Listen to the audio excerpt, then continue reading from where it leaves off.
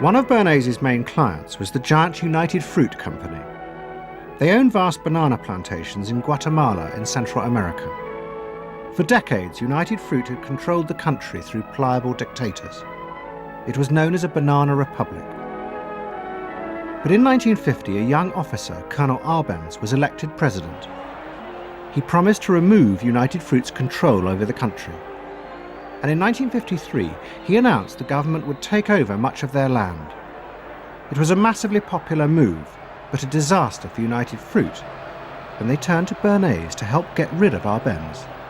United Fruit brings in Bernays, and he basically understood that what United Fruit Company had to do was change this from being a popularly elected government that was doing some things that were good for the people there into this being very close to the American shore, a threat to American democracy, that it being at a time in the Cold War when Americans responded to issues of the Red Scare and what communism might do.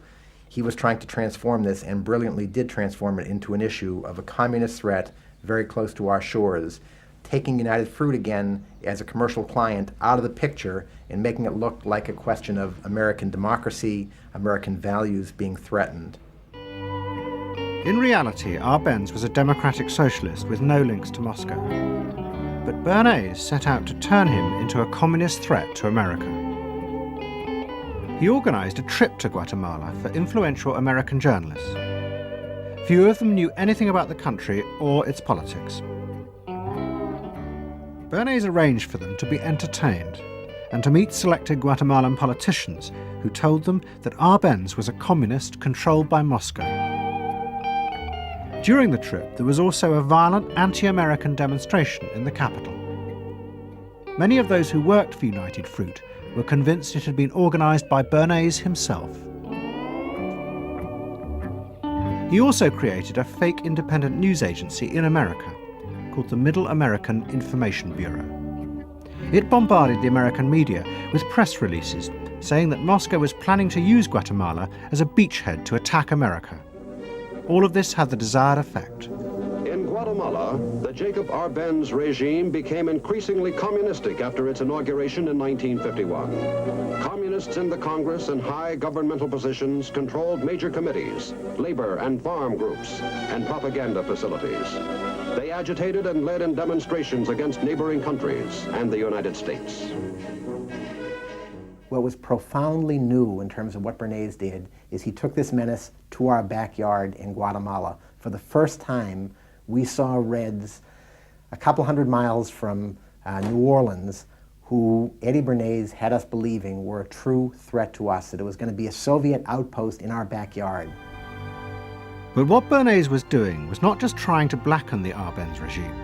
He was part of a secret plot. President Eisenhower had agreed that America should topple the Arbenz government, but secretly. The CIA were instructed to organize a coup. Working with the United Fruit Company, the CIA trained and armed a rebel army and found a new leader for the country called Colonel Arbenz. The CIA agent in charge was Howard Hunt, later one of the Watergate burglars. What we wanted to do was have a terror campaign to terrify Arbenz particularly, terrify his troops, much as the German Stuka bombers terrified the population of Holland, Belgium, and Poland at the onset of World War II, and just rendered everybody paralyzed. As planes flown by CIA pilots dropped bombs on Guatemala City, Edward Bernays carried on his propaganda campaign in the American press. He was preparing the American population to see this as the liberation of Guatemala by freedom fighters for democracy. He totally understood that the coup would happen when the public and the press, when conditions in the public and the press allowed for a coup to happen, and he created those conditions. He was totally savvy in terms of just what he was helping create there in terms of this overthrow. But ultimately he was reshaping reality, reshaping public opinion in a way that's undemocratic and manipulative. On June the 27th, 1954, Colonel Arbenz fled the country, and Armas arrived as the new leader. Within months, Vice President Nixon visited Guatemala. In an event staged by United Fruit's PR department, he was shown piles of Marxist literature, that had been found, it was said, in the presidential palace. This is the first time in the history of the world that the communist government has been overthrown by the people. And for that we congratulate you and the people of Guatemala for the support they have given. And we are sure that under your leadership, supported by the people whom I have met by the hundreds on my visit to Guatemala, that Guatemala is going to enter a new era in which there will be prosperity for the people together with liberty for the people. Thank you very much for allowing us to see this exhibit of communism in Guatemala. You're welcome. And for dinner, see what Mother has for dessert. Banana gingerbread shortcake. Just another of the many tempting ways in which this nutritious fruit can be prepared. So now that you've seen where bananas come from before they reach your table, our journey to Banana Land is ended. We hope you enjoyed the trip. We know you like bananas. Bernays had manipulated the American people, but he had done so because he, like many others at the time, believed that the interests of business and the interests of America were indivisible, especially when faced with the threat of communism. But Bernays was convinced that to explain this rationally to the American people was impossible, because they were not rational. Instead, one had to touch on their inner fears and manipulate them in the interests of a higher truth. He called it the engineering of consent. He was doing it for the American way of life, and to which he was devoted, sincerely devoted. And yet he felt the people were really pretty stupid. And that's the paradox. If you don't leave it up to the people themselves, but force them to choose what you want them to choose, however subtly, then it's not democracy anymore. It's something else. It's being told what to do. It's that old authoritarian thing. But the idea that it was necessary to manipulate the inner feelings of the American population in the interests of fighting the Cold War now began to take root in Washington. Above all, in the CIA, who were going to take it much further. They were concerned that the Soviets were experimenting with psychological methods to actually alter the memories and feelings of people, the aim being to produce more controllable citizens. It was known as brainwashing. Psychologists in the CIA were convinced that this really might be possible, and that they should try to do it themselves. The image of the human being that was being built up at that particular time was that there was a great deal of vulnerability in every human being, and that vulnerability could be manipulated to program somebody to be something that I wanted them to be, and they didn't want to be. That you could manipulate people in such a way that they could be automatons, if you will, for whatever your own purposes were. This was the image that people thought was possible. In the late 50s, the CIA poured millions of dollars into the psychology departments of universities across America. They were secretly funding experiments on how to alter and control the inner drives of human beings. The most notorious of these experiments was run by the head of the American Psychiatric Association, Dr. Ewan Cameron. Like many psychiatrists at that time, Cameron was convinced that inside human beings were dangerous forces which threatened society. But he believed that it was possible not just to control these forces, but actually remove them. He thought that psychiatry should not just concentrate on sick people, mentally ill, but should actually go into government, that politicians should listen to psychiatrists. Psychiatrists should be in every parliament and should direct and monitor political activities, because they knew in a rational, scientific way what was good for people.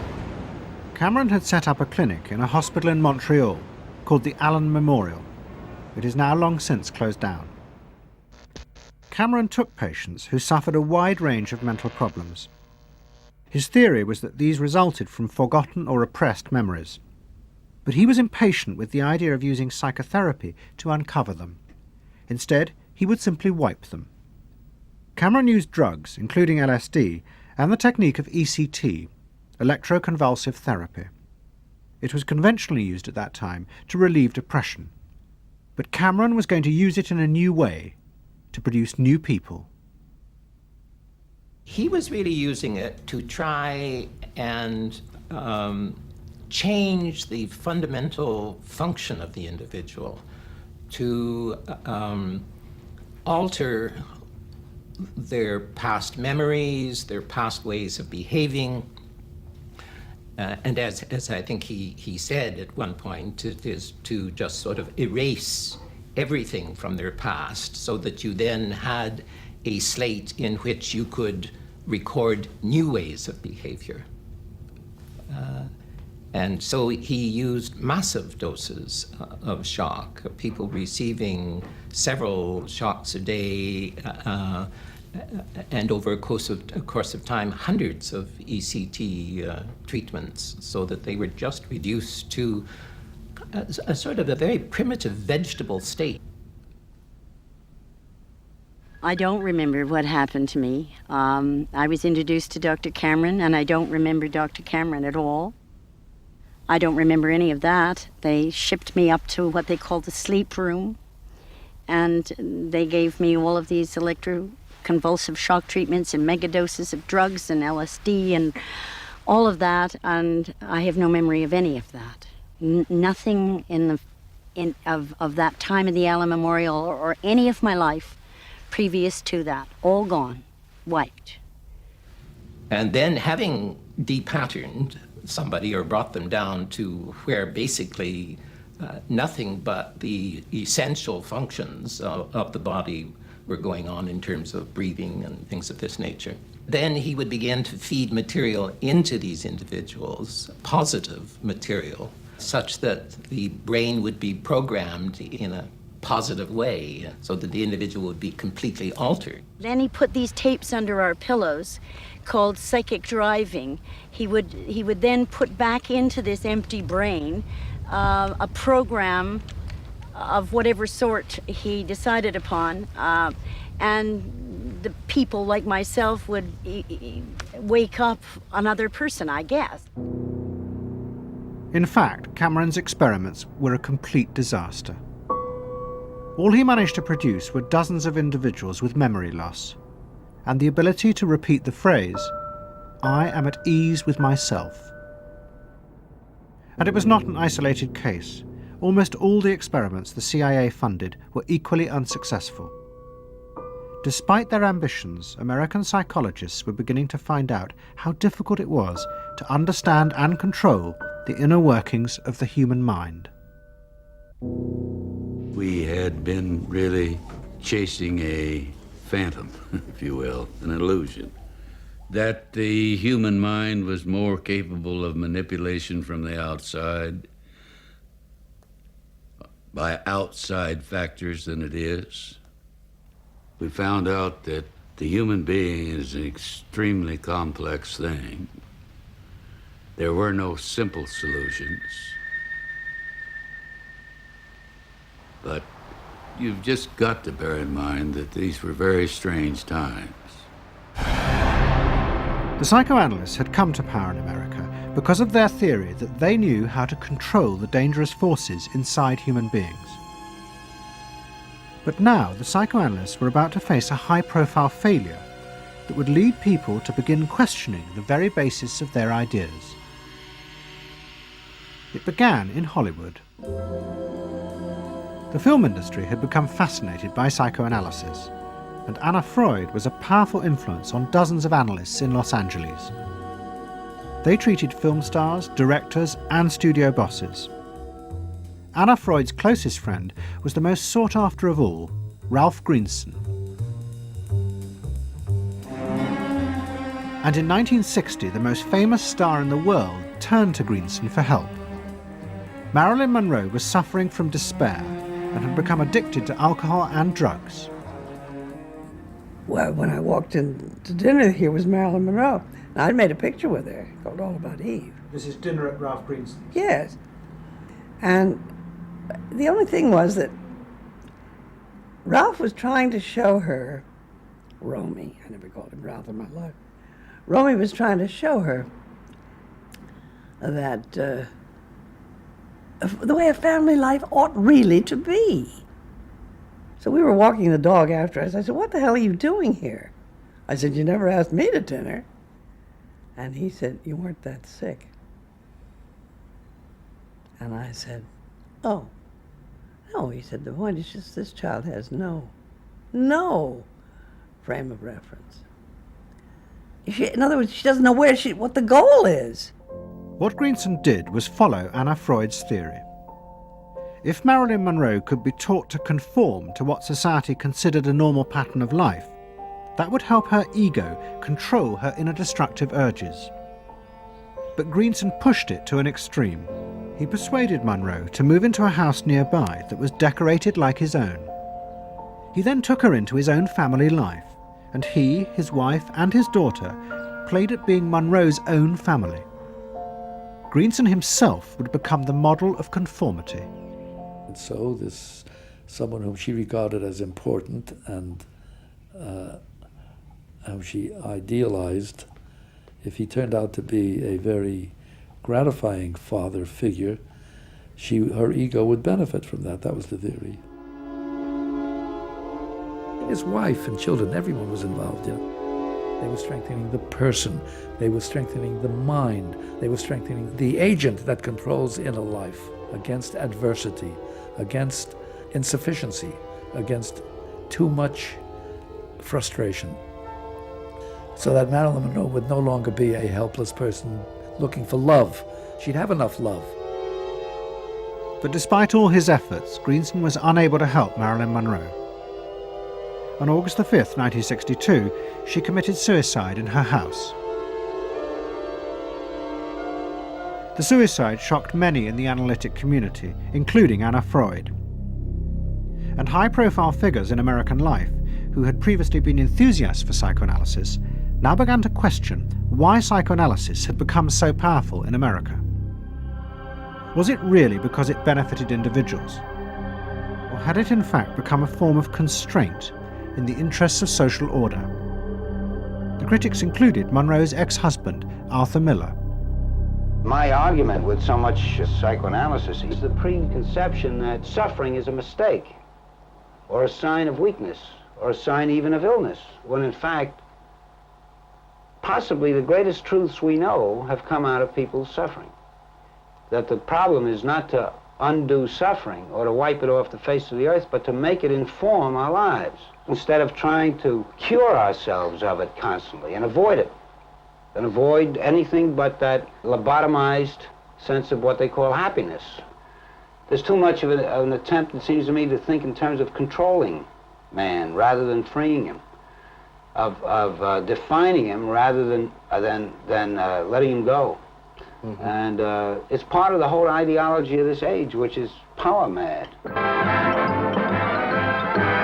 Hey, have you heard about the crazy new way to send a message today? It's flashed on a screen, too quick to see, but still you get it subliminally. At the same time, an onslaught was launched on the way psychoanalysis was being used by business to control people. The first blow came with the bestseller, The Hidden Persuaders, written by Vance Packard. It accused psychoanalysts of reducing the American people to emotional puppets, whose only function was to keep the mass production lines running. They did this by manipulating people's unconscious desires to create longings for ever new brands and models. They had turned the population into unwitting participants in the system of planned obsolescence. The second blow came from an influential philosopher and social critic, Herbert Marcuse. He had been trained in psychoanalysis. This is a childish application of psychoanalysis, which does not take at all into consideration the very real political systematic waste of resources, of technology and of the productive process For example, plant obsolescence. For example, the production of innumerable brands and gadgets who are, in the last analysis, all the same. The production of innumerable different marks of automobiles. And this prosperity at the same time, consciously or unconsciously, leads to a kind of schizophrenic existence. I believe that in this society an incredible quantum of aggressiveness and destructiveness is accumulated precisely because of the empty prosperity, which then simply erupts.